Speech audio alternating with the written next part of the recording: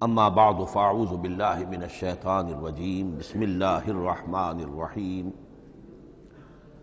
حامیم والکتاب المبین انا جعلناہ قرآنا عربیا لعلکم تعقلون وقال تبارک وتعالی کما ورد فی سورۃ یوسف علیہ الصلاۃ والسلام الف لام را تلک آیات الکتاب المبین انا انزلناہ قرآنا عربیا لعلکم تعقلون وقال عز وجل کما ورد فی سورۃ الزمر قرآنا عربیا غیر ذی عوج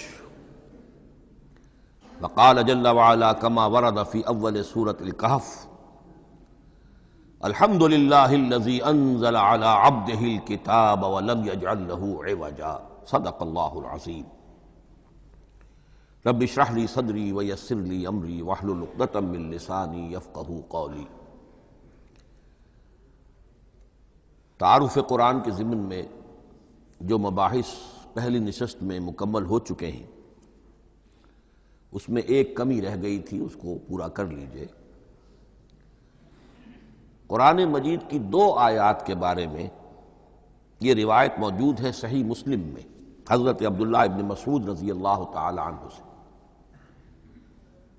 کہ سورہ بقرہ کی آخری 2 آیات حضور کو شب معراج میں عطا ہوئی ہیں، وہ زمین پر نازل نہیں ہوئیں بلکہ حضور نے آسمان پر پہنچ کر ان کو حاصل کیا ہے۔ یہ امت کے لیے شب معراج کے تحفے کے طور پر یہ 2 آیتیں آمن الرسول بما انزل الیہ من ربہ والمؤمنون کل آمن باللہ وملائکتہ وکتبہ ورسلہ لا نفرق بین احد من رسلہ وقالوا سمعنا واطعنا غفرانک ربنا والیک المصیر۔ پھر آخری آیت جس میں طویل ترین دعا ہے۔ یہ 2 آیات جو ہیں مستثنیٰ کر لیجئے تو باقی جو ہے قرآن مجید وہ پھر پورا حجاز میں زمین پر نازل ہوا ہے محمد رسول اللہ صلی اللہ علیہ وسلم کے قلب مبارک پر۔ اب جو اگلی بحث ہے اس تعارف قرآن کے ضمن میں، قرآن کی زبان کون سی ہے؟ یہ سب جانتے ہیں عربی زبان ہے، لیکن کون سی عربی؟ عربی کوئی ایک نہیں ہے۔ جیسا کہ آپ کو معلوم ہے کہ ایک زبان ہوتی ہے پھر اس کے ڈائلیکٹس ہوتے ہیں۔ پنجابی زبان کے نہ معلوم کتنے ڈائلیکٹس ہیں، بنگلہ زبان کے نہ معلوم کتنے ڈائلیکٹس ہیں، پشتو کے کتنے ڈائلیکٹس ہیں۔ عربی زبان کے اس وقت پورے عالم عرب کے اعتبار سے تو دیکھیے تو ہر ملک کا جو ہے اپنا لہجہ ہے اور ان کے اپنے انداز ہے۔ تو خود نزول قرآن کے وقت بھی پورے جزیرہ نماء عرب میں کوئی ایک زبان نہیں تھی، زبان ایک تھی لیکن اس کے لہجے مختلف تھے، الفاظ مختلف تھے۔ تو یہ جان لیجئے کہ قرآن نازل ہوا ہے حجاز کے بادیہ نشینوں کی زبان میں۔ وہ اصل عربی زبان حجازی قوم سمجھتی تھی، شہری زبان نہیں، دیہاتی زبان۔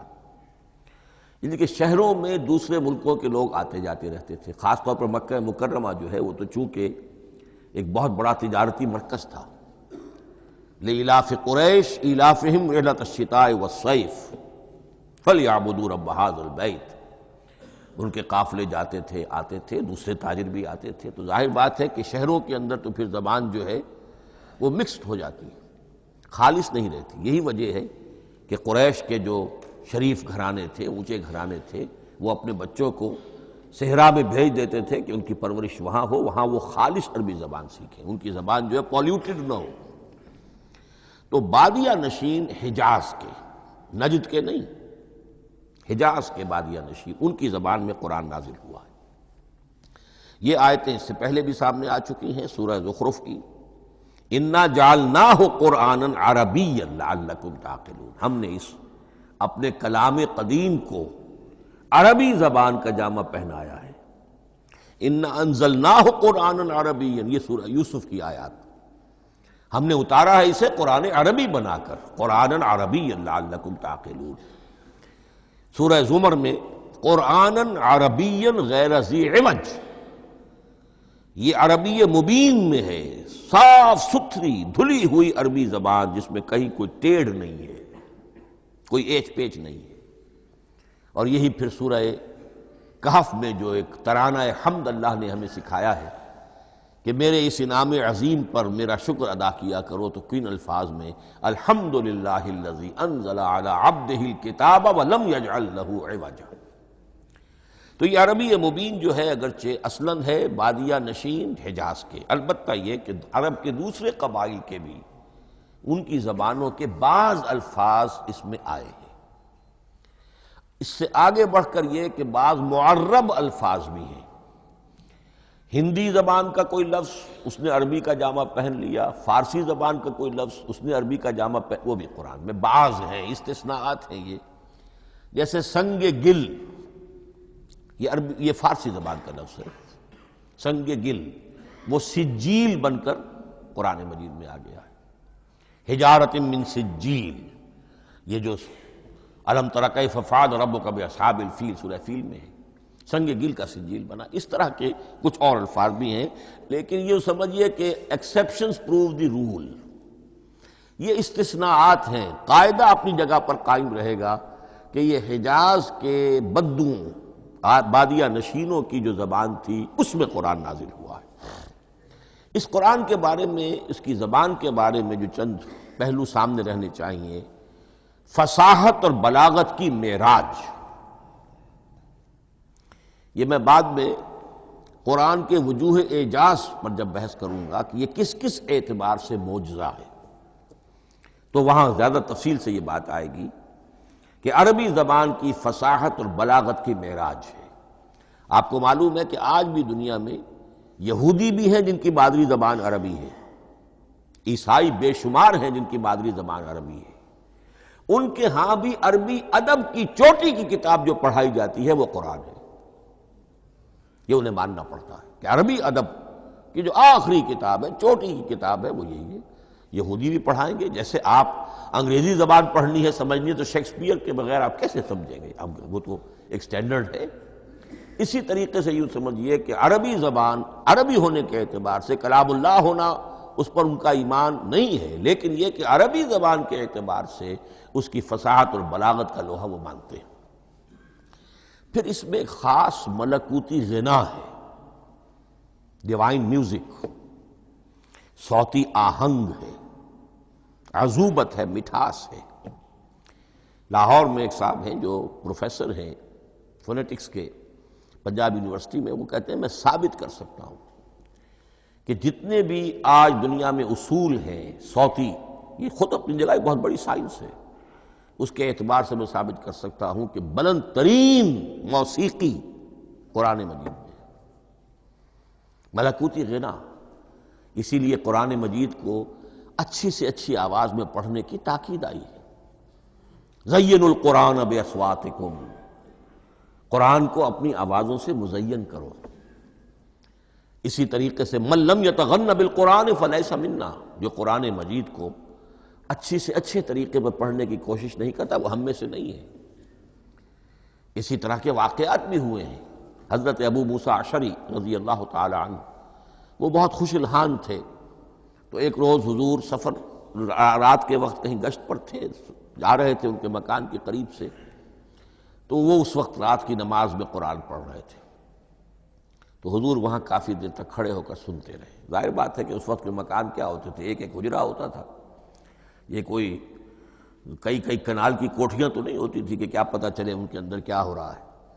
وہ تو حضرت ابو بکر کے مکان کے پاس سے گزرتے تھے تو ان کی تلاوت سنتے تھے، حضرت عمر کے مکان کے قریب سے گزرے ان کی تلاوت سنی۔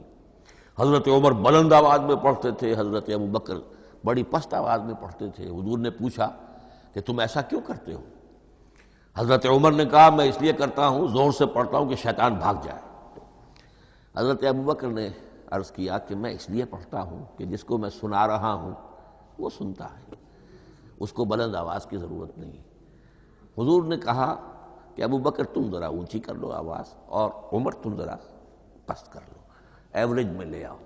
تو بہرحال یہ معاملہ حضور کا صحابہ کے ساتھ ہوتا تھا۔ تو ابو موسیٰ اشعری رضی اللہ تعالی عنہ کی جب قرأت آپ نے سنی، تو اگلے روز جب ملاقات ہوئی فجر میں، تو آپ نے تحسین فرمائی ان الفاظ میں، یا ابا موسیٰ انک قد اوتیت مزمارا من مزامیر آل داود، اے ابو موسیٰ تمہیں تو اللہ نے آل داؤد کے سازوں میں سے ایک ساز عطا کیا ہے، یعنی حضرت داؤد کے گلے میں جو ساز تھا، خوش الحانی تھی، ان کی آواز نہایت خوبصورت تھی۔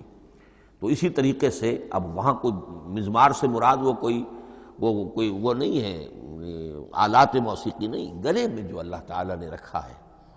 تو انک قد اوتیت مزمارا من مزامیر آل داؤد۔ ایک آخری بات یہ نوٹ کیجئے کہ قرآن مجید کا عظیم ترین احسان ہے عربی زبان پر۔ یہ یوں سمجھیے کہ ایک ستون کی طرح اس زبان کو ٹھہرا دیا ہے، اس کو سٹیبل کیا ہے قرآن مجید۔ آج بھی پوری دنیا میں جسے عرب کہتے ہیں فصیح زبان، لغہ فصحی، وہ ایک ہے، وہ قرآن ہی کی ہے۔ زبانیں بدلتی رہتی ہیں۔ اردو 300 سال پہلے کی دکن میں جب شروع ہوئی، وہ آج آپ پڑھ بھی نہیں سکیں گے وہ کیا اردو تھی ولی دکنی کی۔ پھر وہ کیا اس نے روپ بدلے ہیں، اب وہ اردو کس شکل میں ہے، فارسی کن کن شکلوں میں رہی ہے، مختلف، انگریزی کتنی شکلیں بدل گئی ہیں، لیکن عربی قائم ہے۔ اس کے لیے جیسے کہ قرآن مجید میں آتا ہے کہ ہم نے پہاڑ زمین میں گاڑ دیے اس کو سٹیبلائز کرنے کے لیے، ان تمید بکم، تمہیں لے کر زمین ایک طرف کو جھک نہ جائے۔ تو جس طرح یہ پہاڑ جو ہیں سٹیبلائزنگ ایفیکٹ رکھتے ہیں اس زمین کے لیے، اسی طریقے سے قرآن سٹیبلائزر ہے عربی زبان کا۔ اس کے اندر جو ایک ٹھہراؤ اور جماؤ پیدا کیا ہے، یہ قرآن مجید کا احسان عظیم ہے۔ تعارف قرآن کے ضمن میں اگلی گفتگو، قرآن کے اسماء و صفات۔ عربوں کا ایک خاص ذوق تھا، اور ظاہر بات ہے کہ اللہ تعالیٰ نے جب قرآن نازل کیا ہے تو عربوں کے ذوق کو بھی مد نظر رکھا ہے۔ ان کا ذوق کیا تھا؟ جس چیز سے انہیں محبت ہوتی تھی اس کے وہ بہت سے نام رکھتے تھے۔ گھوڑے کے لیے ہزاروں لفظ مل جائیں گے آپ کو، شیر کے لیے 5000 الفاظ مل جائیں، تلوار کے لیے 5000 الفاظ مل جائیں، یعنی اس شے کی جو بھی صفت ہے اس صفت کے اعتبار سے ایک نام، کوئی اور صفت ہے اس صفت کے ایک اور نام۔ تو وہ صفاتی نام، اب جیسا کہ آپ کو معلوم ہے اللہ کے 99 نام صفاتی تو ہے نا، اللہ کی ایک صفت دوسری صفت، اسی کے اعتبار سے اس کے نام ہیں۔ قرآن مجید کے اسماء علامہ جلال الدین سیوطی رحمۃ اللہ علیہ نے 55 شمار کیے، لیکن وہ بھی مکمل نہیں ہے لسٹ، اس لیے کہ اس میں ایک اہم نام برہان یہ شامل نہیں ہے۔ ان میں سے جو اہم اسماء ہے وہ میں آپ کو سنا دیتا۔ القرآن، جس پر گفتگو بعد میں ہوگی، اس لیے کہ سب سے زیادہ ایک رائے یہ ہے کہ یہ تو اس میں جامد ہے، اس میں علم ہے قرآن کے لیے، پراپر ناؤن ہے۔ الکتاب، الذکر، الہدی، النور، الفرقان، کلام اللہ، الوحی، روحا من امرنا۔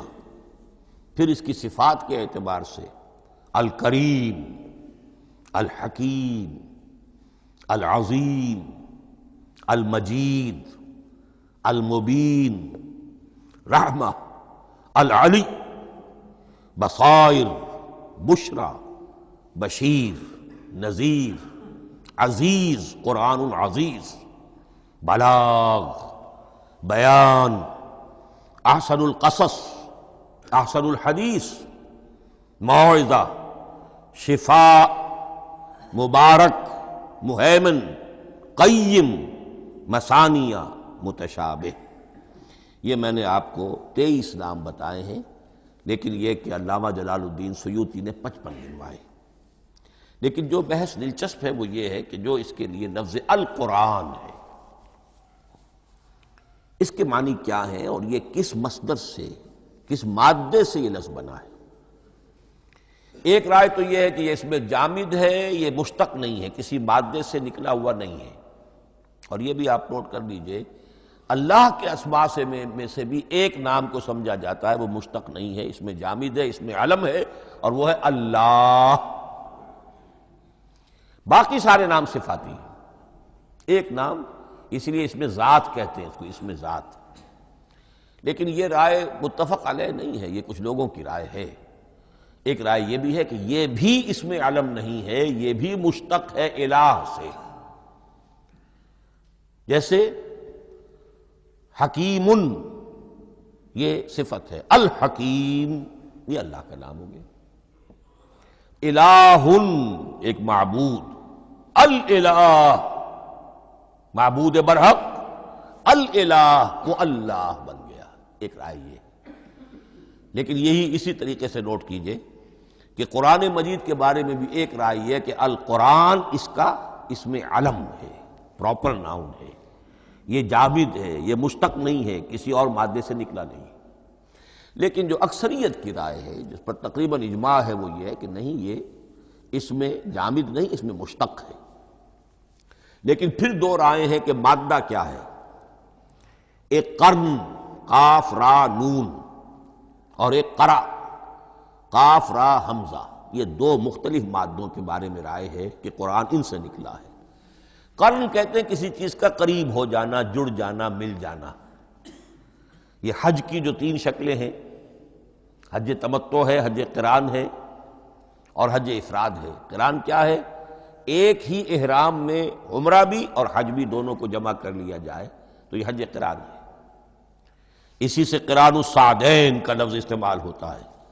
قرینہ اور قرائن جو ہے اسی سے الفاظ۔ امام فرا کی رائے یہ ہے کہ قرن سے یہ قرآن بنا ہے، اس لیے کہ اس میں بھی اللہ تعالیٰ کی آیات جمع ہو گئی۔ اسی طرح قرأ قاف را اور حمزہ، اس قرات کا مصدر بھی بن جاتا ہے، جیسے رجحان، را جیم ہے، رجح سے رجحان، غفران، غفرانک ربنا، پروردگار ہم تیری مغفرت کے خواستگار ہیں۔ اسی طرح قرآن قرأ سے بنا ہے۔ مفعول جو ہے وہ مصدر کے معنی میں آ جاتا ہے، یعنی پڑھی جانے والی شے۔ اور ایک قرأ آتا ہے عربی زبان میں، قرأت الماء فی الحوض، میں نے پانی جمع کر لیا حوض کے اندر، بارش ہوئی میں نے کچھ پانی حوض میں جمع کر لیا، قرأت الماء فی الحوض۔ اسی سے قریہ کا لفظ بنا، قریہ بستی کو کہتے ہیں جہاں لوگ جمع ہو کر رہتے ہیں، قریہ۔ تو اس معنی میں یہ قرآن جو ہے یہ جمع ہے اللہ تعالیٰ کی اسماء صفات اور اللہ کی ذات جو ہے اور اس کی آیات کا جامع ہے۔ یہ ہے لفظ قرآن کی بحث۔ اگلی بحث اور بڑی اہم ہے اور دلچسپ ہے، قرآن کا اسلوب کلام کس کیٹیگری میں فال کرتا ہے؟ قرآن کیا ہے؟ ایک شے کی تو سختی سے نفی کی اللہ نے، یہ شعر نہیں ہے۔ وما علمناہ الشعر وما ينبغی لہ، سورہ یاسین۔ ہم نے شعر تو انہیں سکھایا ہی نہیں، محمد الرسول اللہ کو صلی اللہ علیہ وسلم، اور وہ شعر ان کے شایان شان بھی نہیں۔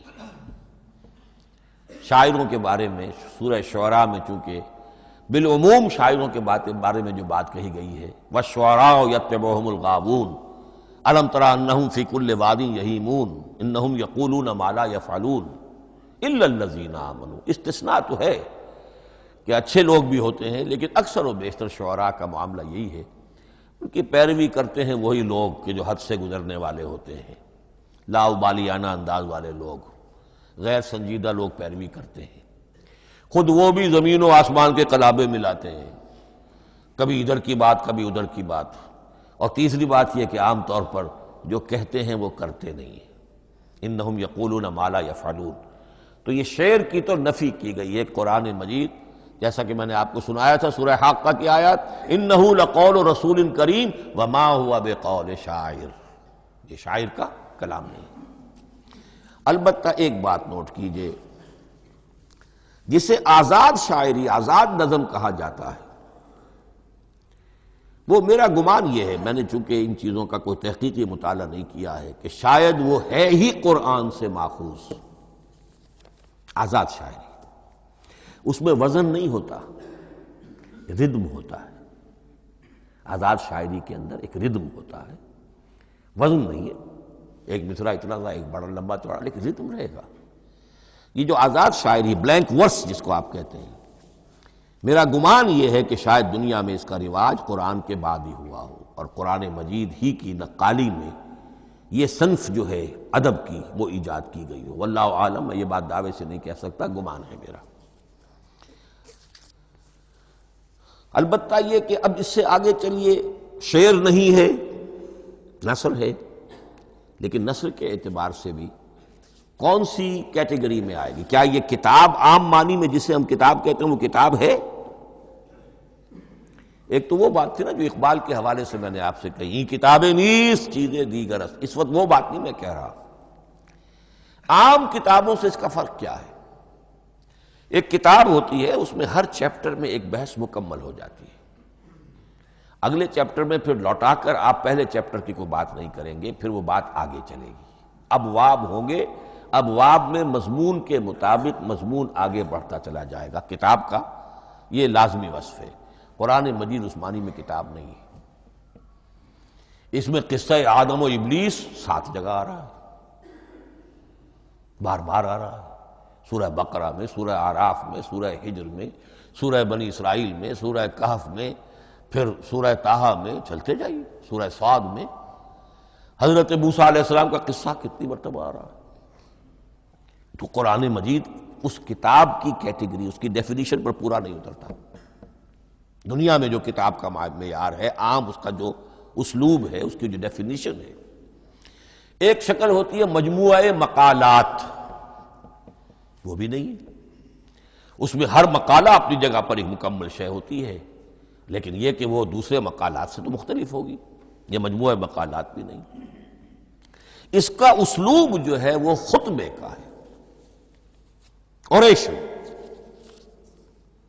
اور یہ کہا جا سکتا ہے it's a collection of divine orations, یہ اللہ تعالی کے خطبات کا مجموعہ ہے۔ مختلف اوقات میں خطبے نازل ہوتے تھے حضور پر صلی اللہ علیہ وسلم، اور یہ بھی جان لیجئے کہ عرب میں ادب کی 2 ہی صنفیں تھیں جو معروف تھیں، یا شعر یا خطبہ، یا خطیب ہوتے تھے بڑے شعرا بیان خطیب، اور یا شاعر ہوتے تھے۔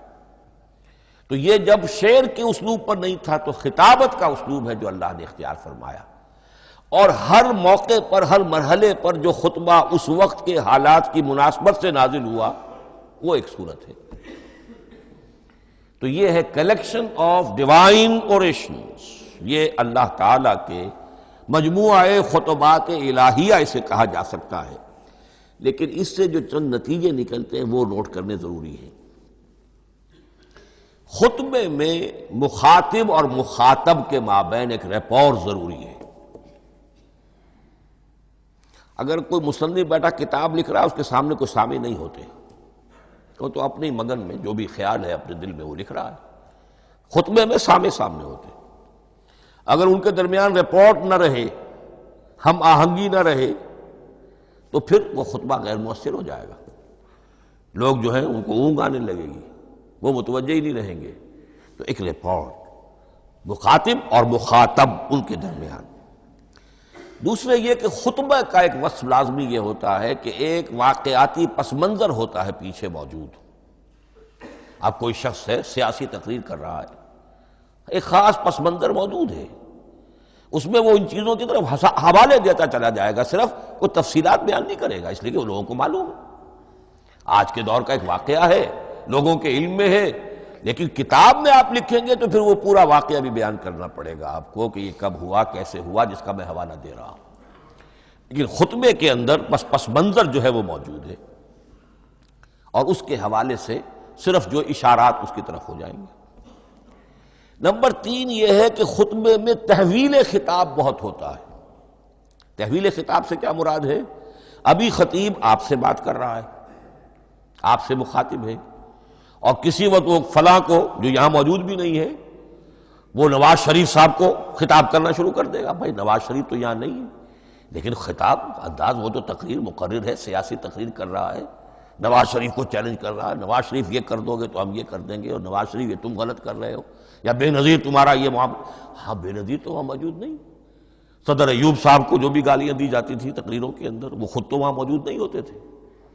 تو اس میں تحویل خطاب نوٹ کرنا پڑتا، ابھی کس سے بات ہو رہی تھی، ابھی کس سے بات ہو رہی تھی۔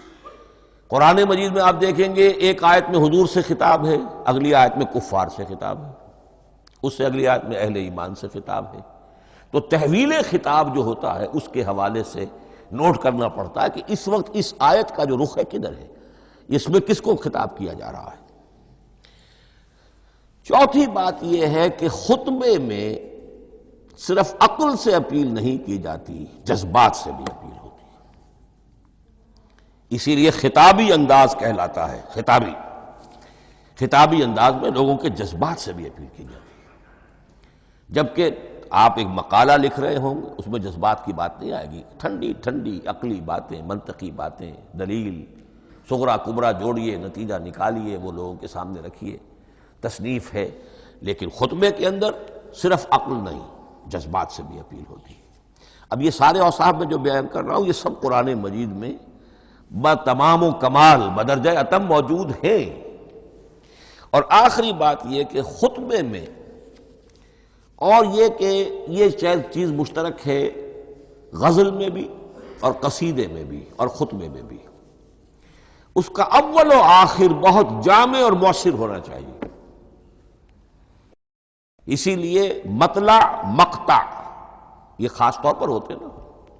مقطع میں آپ پڑھی ہے سکون گسترانہ بات، جس غزل کا مطلع جاندار ہے اس کو آدمی پڑھے گا، اور اگر وہ مطلع پھسپھسا ہے وہ باقی نظم پڑھے گا ہی نہیں، چاہے آگے اس کے اندر بڑا عمدہ شعر بھی ہو وہ نہیں پڑھے گا۔ مطلع ہی جو ہے بے جان ہے، پھسپھسا ہے۔ پھر مقطع آخری جو شعر ہو، تو قصیدے میں بھی یہ ہے اور خطبے میں بھی یہ ہے۔ یہی وجہ ہے کہ قرآن مجید کی صورتوں میں اکثر و بیشتر شروع کی آیات اور آخری آیات انتہائی اہم ہوتی ہیں، بہت جامع ہوتی ہیں، جن کو کہا جاتا ہے کہ یہ سور جو ہیں ان کی ابتدائی آیات، خواتین اور پہلی آیات۔ اب سورہ بقرہ کی آیات شروع کی، پھر آخری جو ابھی میں نے آپ کو سنائی، یہی آل عمران کا معاملہ ہے، کس شان کے ساتھ وہ اٹھ رہی ہے۔ یہی سورہ حج کا ہر جگہ پر آپ دیکھیں گے ابتدائی جو ہے خطیب اگر ایسی بات، ایسا انداز اختیار کرے کہ اپنے سامعین کی توجہ کو اپنی طرف مبذول کرا دے، اگر شروع کا انداز ایسا نہیں ہے تو وہ بات آگے بڑھے گی نہیں۔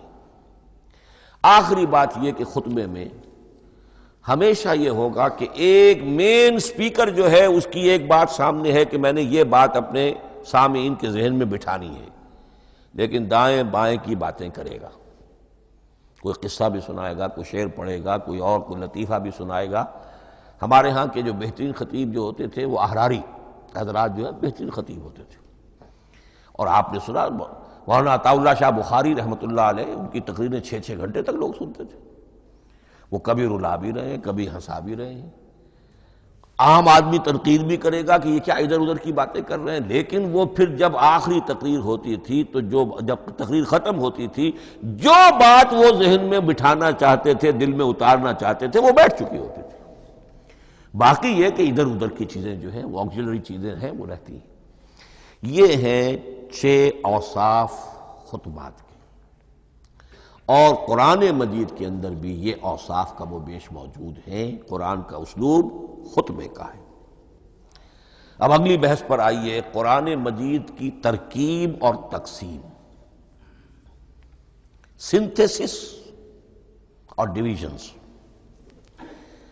اب اس میں سمجھیے کہ کلام جو ہے اللہ کا کلام ہے، کلام مرکب ہوتا ہے کلمات سے، کلمات حروف سے بنتے ہیں۔ عربی زبان کے حروف 28 یا 29 ہیں، الف اور حمزہ کو ایک ہی مانیں گے تو 28 رہ جائیں گے، الف علیحدہ حمزہ علیحدہ تو 29 ہو جائیں گے۔ یہ حروف جڑتے ہیں، لفظ بنتے ہیں۔ لفظ محمل بھی ہوتا ہے، لیکن کلمہ وہ کہلاتا ہے جو بامانی لفظ ہو۔ پھر ان کلمات کو آپ جوڑتے ہیں، یہ مرکب توصیفی بن گیا، مرکب اضافی بن گیا، مرکب عددی بن گیا، مرکب جاری بن گیا۔ پھر ان مرکبات کو جوڑ کر فقرہ بنتا ہے، جملہ بنتا ہے، کلام مفید جس کو کہا جاتا ہے۔ قرآن مجید کے اعتبار سے علامہ سیوطی نے مخصوص جو قرآن کی اصطلاحات ہیں ان کے حوالے سے ایک بات کہی ہے، لیکن واقعہ یہ ہے کہ قرآن کی اصطلاحات خود اپنی ہیں، دنیا کی دوسری کسی بھی اصطلاحات پر ان کو قیاس نہیں کیا جا سکتا۔ لیکن جاہز چونکہ قدیم تھے، انہوں نے قرآن مجید کو کہا یہ دیوان کی شکل رکھتا ہے، جیسے کہ حافظ کا دیوان کسی اور کا دیوان۔ سورتیں جو ہیں وہ قصیدوں کی شکل میں ہیں، بیت شعر آیت ہے، قوافی جو ہوتے ہیں شعروں میں قافیہ وہ یہاں فواصل ہیں، آیت کے آخری حروف ایک دوسرے سے مشابہ ہوتے ہیں کہ جن سے پھر وہ صوتی آہنگ پیدا ہوتا ہے۔ الرحمن علم القرآن خلق الانسان علمہ البیان۔ اب یہ ایک فواصل جو ہے وہ جڑتے چلے جاتے ہیں، ان میں آہنگ پیدا ہوتا ہے۔ لیکن حقیقت کے اعتبار سے پہلی بات یہ نوٹ کیجئے، قرآن مجید کی اکائی ہے آیت، اسے نہ آپ جملہ کہہ سکتے ہیں نہ فقرہ کہہ سکتے ہیں۔ انگریزی میں ہمارا چونکہ بائبل کے لیے بھی جب ورس کا لفظ آ جاتا ہے تو انگریزی تراجم میں، انگریزی تحریروں میں، مقالوں میں ورس قرآن مجید کی آیت کے لیے لفظ آ جاتا ہے، ورس نمبر فلاں، بالکل غلط ہے۔ قرآن کی آیت یہ اس کا اپنی اصطلاح ہے، اپنا مفہوم ہے۔ لغوی مفہوم کیا ہے؟ نشانی۔ آیت نشانی، قرآن کی ہر آیت اللہ کے علم اور حکمت کی نشانی ہے۔ اب قرآن کی آیتیں نوٹ کیجئے، صرف حروف پر بھی مشتمل ہے، الف لام میم حروف مقطعات اور آیت بن گئی۔ وہ مرکبات ناقصہ پر بھی مشتمل ہے، والعصر مرکب جاری ہے، حرف جار، آیت ہو گئی۔ پورے جملے پر بھی مشتمل ہے، ان الانسان لفی خسر، ایک جملہ ہے، اور 10 جملوں پر بھی مشتمل ہے۔ اللہ لا الہ الا ھو الحی القیوم لا تاخذہ سنۃ ولا نوم لہ ما فی السماوات وما فی الارض الی آخر الآیہ۔ آیت الکرسی کا انالیسس کیجئے، 10 جملے موجود ہیں اس میں۔ تو نوٹ کر لیجئے، یہ چیز توقیفی کہلاتی ہے، یہ کسی گرامر کے اصول پر نہیں ہے، کسی منطق کے اصول پر نہیں ہے۔ آیات قرآنیہ کی تعیین توقیفی ہے، یعنی حضور کے بتانے پر موقوف ہے۔ حضور نے بتایا والعصر، یہ آیت ہو گئی، آیت ہو گئی، ہم آیت مانیں گے۔ الف لام میم، آیت ہو گئی۔ قاف حرف ایک ہے، یہ آیت نہیں ہے۔ نون ایک حرف ہے، آیت نہیں ہے۔ قاف والقرآن المجید ایک آیت بنی، نون والقلم وما یسطرون ایک آیت بنی۔ تو اس طریقے سے اس کو کہتے ہیں توقیفی، موقوف علیہ ہے حضور کے بتانے پر۔ اب اس میں روایات کا اختلاف ہو سکتا ہے کہ حضور سے کوئی روایت یہ ہو کہ یہ ایک آیت بنی یا 2 آیتیں بنی۔ مثلا بڑی اہم مثال آپ کو دے رہا ہوں، سورہ مزمل کی جو دوسرا رکوع ہے، پورا دوسرا رکوع، وہ 1 آیت شمار ہوتا ہے۔ اور میرا بڑا گمان رہا بہت عرصے تک کہ یہ 1 آیت نہیں ہو سکتی، یہ مختلف اوقات میں نازل ہوئی ہیں، 2 اوقات میں نازل ہوئی ہے۔ اور یہ مجھے قول مل گیا علامہ سیوطی کے ہاں، حضرت عبداللہ ابن عباس رضی اللہ تعالی عنہما کا قول کہ یہ 2 آیتیں ہیں، 1 نہیں۔ لیکن یہ کہ یہ ہوگا موقوف روایت پر، میں کوئی نہیں ہوں جو اسے قرار دے سکوں۔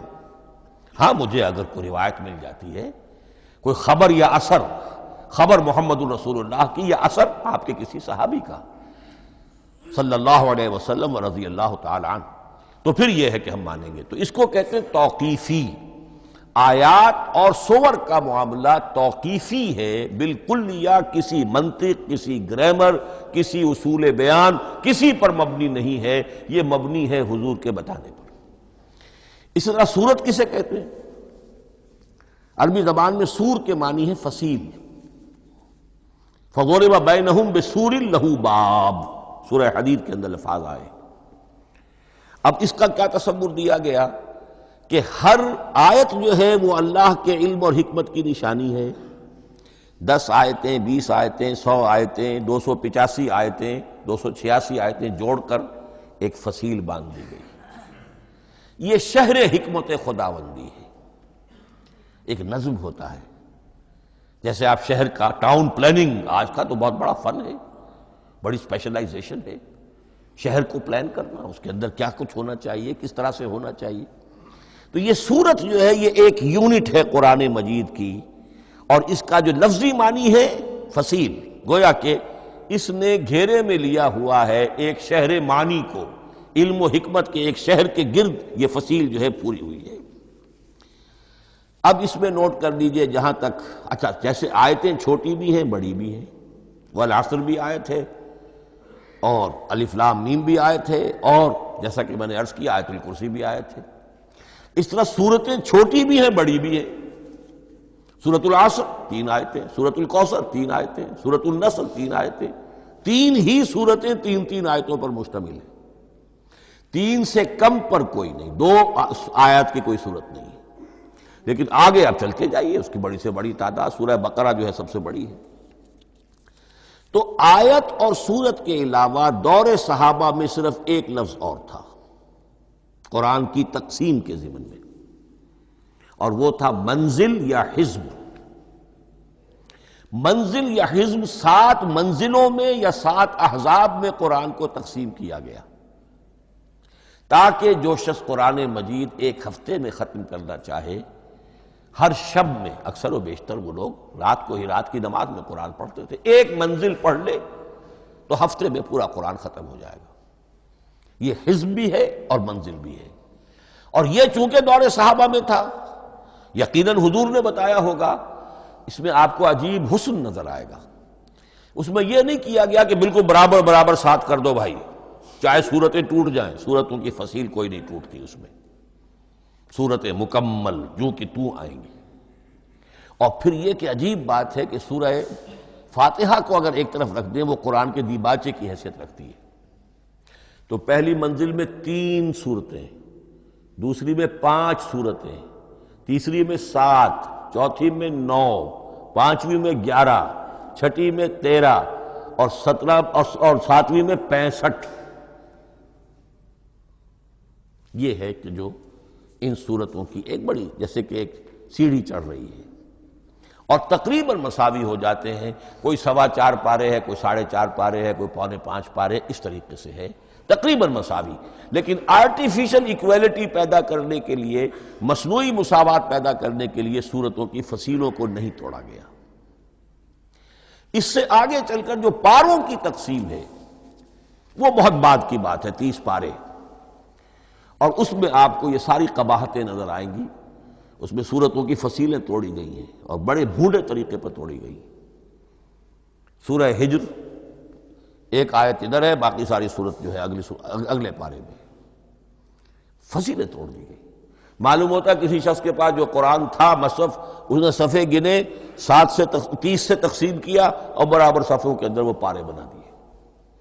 لیکن بہرحال دور صحابہ میں پاروں کا کوئی ذکر نہیں تھا، یہ بات کی بات ہے۔ دور صحابہ میں آیت، سورت اور حزب۔ اسی طریقے سے طویل سورتوں کو جو رکوعوں میں تقسیم کیا گیا، یہ بھی بات کی بات ہے۔ لیکن یہ جو تقسیم کیا گیا ہے سورتوں کو رکوعوں کی شکل میں، 35 سورتیں تو قرآن کی ایسی ہیں چھوٹی ہیں جو ایک ایک ہی رکوع پر مشتمل ہے۔ آخری پارے کی 37 سورتیں ہیں، پہلی 2 کی جو 2 رکوع ہے، باقی سب کے سب جو ہے وہ ایک ہی رکوع شمار ہوتا ہے۔ لیکن رکوع کیوں کیے گئے؟ لمبی صورتوں میں سے اگر کچھ حصہ پڑھنا ہے نماز میں، سورہ بقرہ پوری تو نہیں پڑھ سکتے آپ ایک رکعت کے اندر، تو اس کا وہ حصہ پڑھا جائے جس میں ایک مضمون پورا ہو جائے، مضمون نہ ٹوٹے، تاکہ وہاں پر رکوع کرے آدمی کہ جہاں پر کہ وہ مضمون ایک اعتبار سے مکمل ہو گیا۔ تو رکوع سے رکعت ہے، رکوع ہے، اس رکعت کے اندر ایک حصہ اتنا پڑھا جائے تاکہ مضمون جو ہے وہ خوبصورت رہے اور اس کا سلسلہ برقرار رہے۔ یہ تقسیم بھی اگرچہ بہت ہی ایک بدنام شخص ہے ہماری تاریخ کا، حجاج ابن یوسف،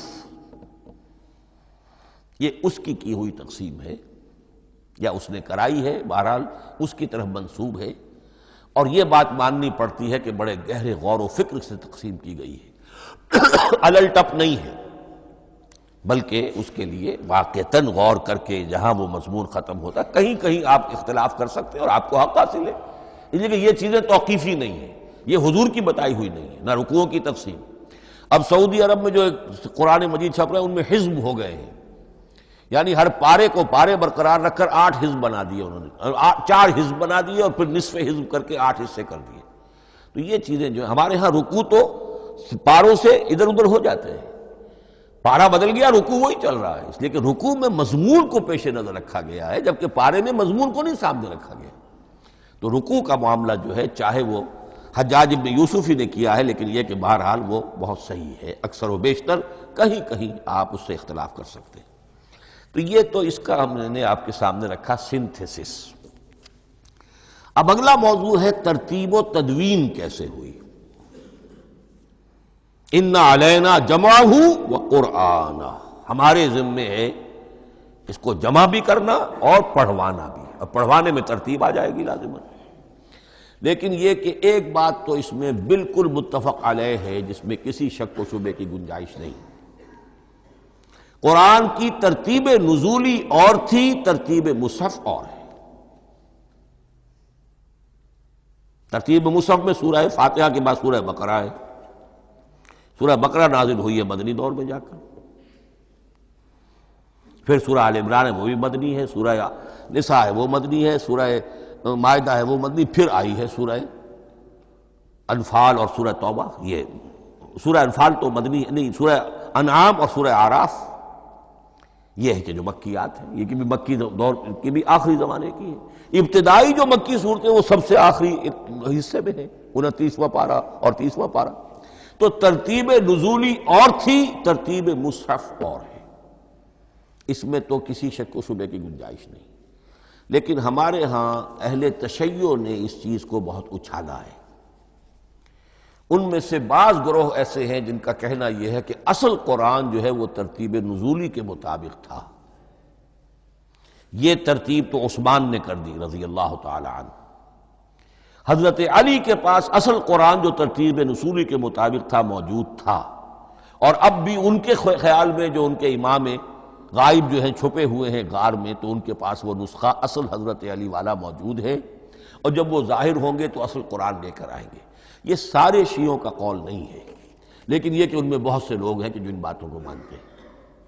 جہاں تک اس بات کا تعلق ہے کہ حضرت علی نے ترتیب نزولی پر کوئی مصحف جمع کیا ہو، اس میں کوئی اشکال نہیں ہے، اس لیے کہ علمی طور پر یہ ایک بڑی عمدہ ایکسرسائز بنتی ہے۔ ایک زمانے میں بہت کوشش کرتا رہا ترتیب نزولی سے، اس لیے کہ ترتیب نزولی سے سیرت نبوی اخذ ہوتی ہے، پہلے کیا نازل ہوا، پھر کیا نازل ہوا، پھر کیا نازل ہوا۔ در حقیقت اگر آپ ترتیب نزولی سے قرآن مرتب کر دیں تو وہ سیرت النبی بن جائے گی۔ تو اس کو سمجھنے کے لیے ایک زمانے میں نے بڑی محنت کی ہے، لیکن ایک تو یہ کہ وہ یقین سے وہ باتیں ملتی نہیں ہیں، بعض روایات ہیں لیکن یہ کہ پھر بھی آپ یقین سے نہیں کہہ سکتے۔ اکثر و بیشتر قرآن مجید میں لکھا بھی ہوتا ہے، ترتیب کے موٹی موٹی چیزیں معلوم ہیں نزولی ترتیب کی، لیکن یہ ہے کہ یقین کسی بات پر نہیں۔ تو پہلی بات یہ ہے کہ ہمارے نزدیک، اہل سنت کے نزدیک، اصل جو حجت ہے دین میں وہ ترتیب مصحف ہے۔ یہی ترتیب جو اس وقت مصحف عثمان کی ہے رضی اللہ تعالی عنہ، یہی ترتیب ہے لوح محفوظ کی، یہی ترتیب ہے ام الکتاب میں، یہی ترتیب ہے کتاب مکنون میں۔ اب اس کے سمجھیے کہ اس کی تدوین کن مراحل میں ہوئی۔ سب سے پہلے اس کے جو مراحل ہیں 3، خود نبی اکرم صلی اللہ علیہ وسلم کے زمانہ مبارک میں جمع اور ترتیب یہ ہو گئی، لیکن کتابی شکل میں نہیں، ما بین الدفتین نہیں۔ حضور نے لوگوں کو پڑھ کر سنایا، اس ترتیب سے سنایا جس ترتیب سے یہ مصحف میں اب موجود ہے، اور ہر رمضان میں حضرت جبرائیل دورہ کرتے تھے حضور کے ساتھ، جتنا کہ قرآن اس وقت تک نازل ہو چکا ہوتا تھا، اور آخری رمضان مبارک آپ کی حیات طیبہ کا جو تھا اس میں 2 مرتبہ پورے قرآن کا دورہ ہوا۔ تو دورہ قرآن بغیر ترتیب کے تو نہیں ہو سکتا۔ تو یہ ترتیب حضور کی ہوئی ہے، توقیفی ہے، اور حضور ہی نہیں اللہ کی ہوئی ہے۔ یہی ترتیب لوح محفوظ میں، کتاب مکنون میں اور ام الکتاب میں ہے، اور یہ ترتیب حضور دے کر گئے ہیں صحابہ کرام کو۔ حفاظ تھے، کتنے حفاظ جو ہیں جنگ یمامہ میں شہید ہو گئے، تبھی تو خیال آیا کہ اس کو کتابی شکل میں بھی مرتب کیا جائے۔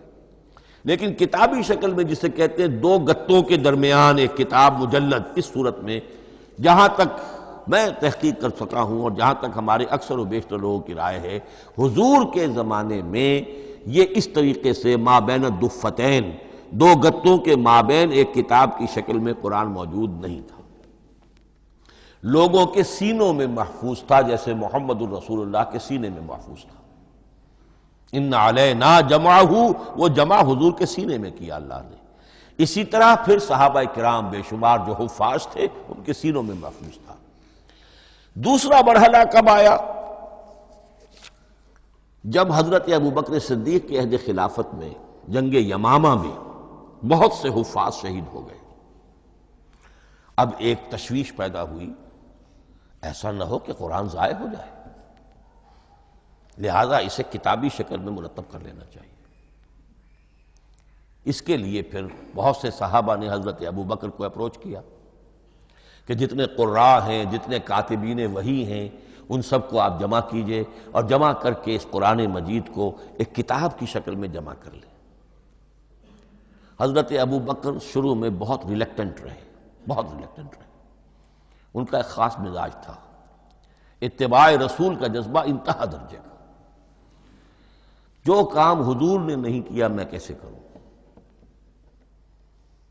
اگر تو یہ کام واقعی کرنے کا تھا تو حضور کرتے، میں کیسے کروں؟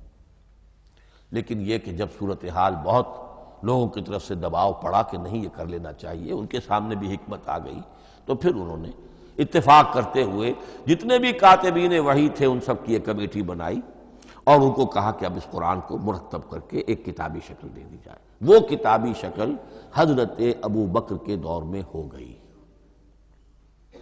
تیسرا مرحلہ کیا ہے؟ یہ کتابی شکل میں جب قرآن مجید آ گیا اور شروع میں یہ اجازت تھی کہ ہر قبیلے، ہر علاقے کے لوگ اپنے لہجے میں پڑھ لیں۔ اب پنجابی ہمارا مسلمان جو ہے وہ چاقو کو کاچو کہے گا تو وہ لکھے ہوئے کو بھی چاقو کو کاچو پڑھ کے نکلے جائے گا۔ تو مختلف لہجوں میں ہونے سے وہ ان کا جو ہے قرآن مجید بدل رہا تھا، کوئی کسی طرح پڑھ رہا ہے، کوئی کسی طرح پڑھ رہا ہے۔ اب اس کی تشویش ہوئی حضرت عثمان کے زمانے میں، جب دور بہت پھیل گیا، اسلام کا دائرہ، دارالاسلام کی وسعت بہت ہو گئی کہ اس طرح اگر یہ لوگ پڑھیں گے اور اپنے اپنے لہجے کی وجہ سے اب اس لہجے میں شکل بدل بھی جاتی ہے لفظ کی۔ کاچو کو کاف الف چے واو لکھنا شروع کر دیں گے پھر کہ کاچو سنا ہم نے، تو چاقو تو سنا ہی نہیں۔ تو ایک لفظ ہے چاقو لکھ رہا ہے اور ایک کاچو لکھ رہا ہے، تو چاقو اور کاچو میں فرق ہو گیا۔ لہذا اس وقت پھر جو کام کیا گیا وہ یہ کہ ایک ہی رسم تحریر، رسم کتابت، رسم الخط میں قرآن مجید کے نسخے تیار کیے گئے۔ اصل میں ایک بہت بڑا مغالطہ ہو جاتا ہے ہمارے جمعوں کے خطبوں میں، حضرت عثمان رضی اللہ تعالیٰ عنہ کے نام نامی کے ساتھ وہ قوافی جو ہیں ان کی مناسبت سے جامع آیات القرآن عثمان ابن عفان رضی اللہ تعالیٰ عنہ، غالب علی کل غالب علی ابن ابی طالب رضی اللہ تعالی۔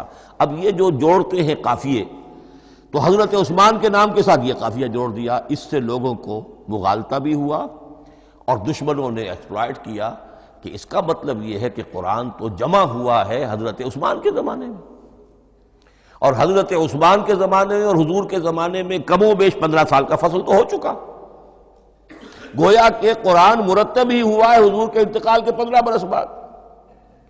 پھر حضرت عثمان کی شخصیت کو خاص طور پر جو سبائی فتنہ اٹھا تھا اس نے ایک ڈسپیوٹڈ پرسنالٹی بنا کے رکھ دیا ہے، نہیں معاذ اللہ، کوئی شک نہیں، لیکن یہ کہ ایک فتنہ اٹھا، فتنۃ الکبریٰ، اور حضرت عثمان رضی اللہ تعالیٰ عنہ کو انہوں نے بدنام کیا، لہذا اس کے نام سے اور بٹا لگ گیا، یہ مصحف عثمان ہے۔ یہ ہے اصل میں وہ حماقتیں کہ جو ہوئی ہیں ہم سے، یہ قافیے ملانے کی وجہ سے، حالانکہ حضرت عثمان کی شان جو ہے وہ در حقیقت جامع آیات القرآن نہیں ہے، جامع الامت علی رسم واحد، پوری امت کو ایک رسم الخط پر جمع کرنے والی شخصیت حضرت عثمان کی ہے۔ مثلا اب دیکھیے مالک یوم الدین کس طرح لکھیں گے؟ میم لام اور کاف، میم الف اور لام اور کاف لکھیں گے آپ، یہ غلط ہو جائے گا۔ میم پر کھڑا زبر ہوگا اور اس کو مالک پڑھیں گے، میم پر اگر کھڑا زبر نہیں ہے پڑھا زبر ہے تو ملک پڑھیں گے، اور قراتوں میں یہ دونوں موجود ہے، ملک یوم الدین بھی ہے اور مالک یوم الدین بھی ہے۔ اگر آپ نے میم الف لکھ دیا ایک قرات نکل گئی، اب وہ اس میں آ ہی نہیں سکتی، وہ تو مالک ہی پڑھا جائے گا۔ یہ زیر زبر بھی جو لگے ہیں قرآن مجید میں، یہ بھی حجاج ابن یوسف کے زمانے میں لگے، اس سے پہلے نہیں تھے۔ اور یہ رموز و اوقاف، یہ آیتوں کے نشان اور یہ وقفہ بیچ میں، یہ بھی حجاج ابن یوسف کے زمانے کی چیزیں ہیں۔ ورنہ عربوں کے لیے تو ان کی اپنی زبان تھی، انہیں ان چیزوں کی ضرورت ہی نہیں تھی۔ آپ کو معلوم ہے پرانے زمانے کے جو منشی ہوتے تھے، انشاء پرداز، وہ جب خط لکھتے تھے تو اس میں نقطے وغیرہ نہیں لگاتے تھے۔ جس کو خط لکھا جا رہا ہے وہ توہین سمجھے گا کہ شاید مجھے جاہل سمجھا کہ نقطے بھی لگا کے بھیجا جا رہا ہے خط پر، گویا کہ میں تو سمجھ ہی نہیں سکتا بغیر نقطوں کے۔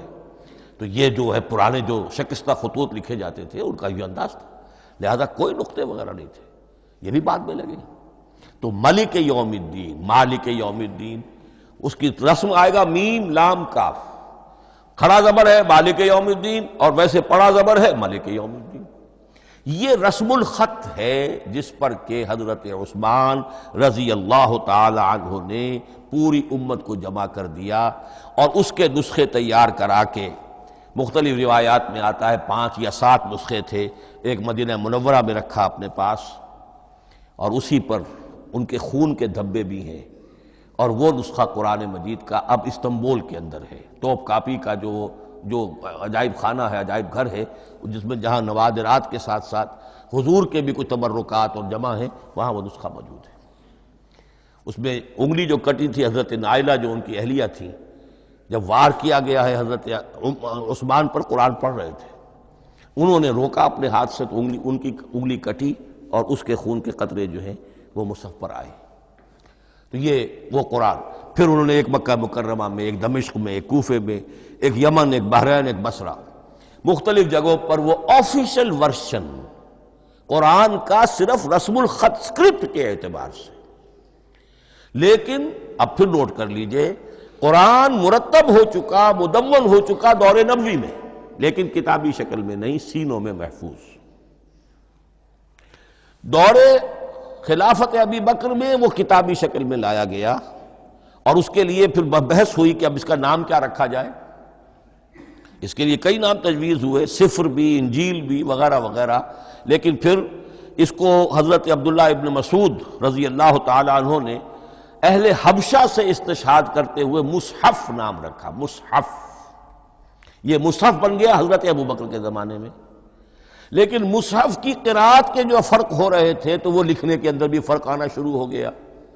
اس کو دور کیا حضرت عثمان نے، اس کا آفیشل ورشن تیار کروایا، ایک رسم الخط پر پوری امت کو جمع کر دیا، باقی جو نسخے تھے انہیں آپ نے پھر ضائع کر دیا، تاکہ کوئی اور یہ نہ رہے کہ اب یہ بھی ایک تھا پرانا نسخہ نکل آیا، اس میں تو یہ لفظ اس طرح لکھا ہوا ہے۔ تو جامع الامت علی رسم واحد، ایک ہی رسم الخط پر پوری امت کو جمع کرنے والی شخصیت وہ حضرت عثمان کی ہے رضی اللہ تعالی عنہ۔ بہرحال یہ نوٹ کیجئے کہ یہ مرحلہ بھی حضرت عثمان کے زمانے میں، تو یوں سمجھیے کہ حضرت عثمان کا پورا عہد بھی آپ جوڑ لیں تو آپ کی جو شہادت ہے وہ تقریباً یوں سمجھیے کہ حضور کے انتقال کے وہ 25 برس بعد ہے، گویا ربع صدی کے اندر اندر حضور کے انتقال کے بعد، چوتھائی صدی کے اندر اندر سارے مراحل طے ہو گئے۔ یہی وجہ ہے میں نے شروع میں آپ کو بتایا تھا کہ پوری دنیا یہ مانتی ہے کہ آج جو قرآن مسلمانوں کے پاس ہے، یہ ہے وہی جو محمد عربی صلی اللہ علیہ وسلم نے اپنی امت کو دیا تھا۔ یہ دوسری بات ہے کہ ہم سمجھتے ہیں کہ محمد عربی صلی اللہ علیہ وسلم کو یہ اللہ کے کلام کی صورت میں حضرت جبرائیل نے پہنچایا تھا، وہ اس کو نہیں مانتے، لیکن یہ حصہ اس کا ماننے پر مجبور ہے کہ وہ اصل قرآن اپنی اسی انٹیگریٹی کے ساتھ، اپنے پوری پیور، اس کا جو بھی ہے ٹیکسٹ پیور ہے، اور اس کی انٹیگریٹی میں کوئی شک و شبہ کی گنجائش نہیں ہے کہ یہ وہی شے ہے جو محمد نے اپنی امت کو عطا فرمائی تھی صلی اللہ علیہ وسلم۔